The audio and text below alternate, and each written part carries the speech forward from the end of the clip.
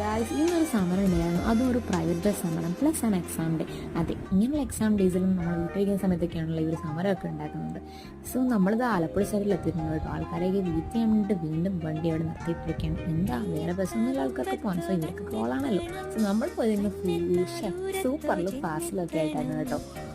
So general ആശുപത്രി എത്തിയപ്പോഴാണ് എനിക്ക് ഒരു സീറ്റ് തന്നെ കിട്ടിയത്. അതിന് അതും വരെ കാലുകുത്താൻ പോലും ഇടയിലായിരുന്നു ഗൈസ്.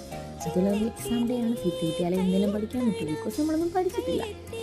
അപ്പോൾ ഇതാ നോക്കൂ ഗൈസ്, നമ്മുടെ പ്രൈവറ്റ് സമയത്ത് ബസ് പോലും ഇല്ലാതെ എന്താ പറയുക സൈലൻ്റോടെ കിടക്കുന്നത് നോക്കൂ. അങ്ങനെ നമ്മൾ തിരിച്ച് കോളേജിലോട്ട് പോകുന്നത് ഹൈക്കോർട്ട് ബസ്സിലാണ് കേട്ടോ. ആ ഒരു റൂട്ടിൽ ആ ഒരു ബസ് മാത്രമേ ഉള്ളൂ. ഇല്ലായിരുന്നെങ്കിൽ നമ്മൾ പണിപ്പാളിയാണ് ഗൈസ്. ഫൈനലി നമ്മളിത് നമ്മുടെ കോളേജിൻ്റെ ഇത് റീച്ച് ചെയ്തിട്ടുണ്ട്. അപ്പോൾ ഗൈസ് നമ്മുടെ ഷിഫാന ഒന്നും കഴിച്ചിട്ടില്ലായിരുന്നു. എന്താ നോക്കൂ. അപ്പോൾ എത്തിക്കപ്പം വേണമെന്ന് പറഞ്ഞ കുട്ടി ഭയങ്കര ബഹളമായിരുന്നു. നമ്മളത് കഴിക്കാനായിട്ട് അങ്ങോട്ട്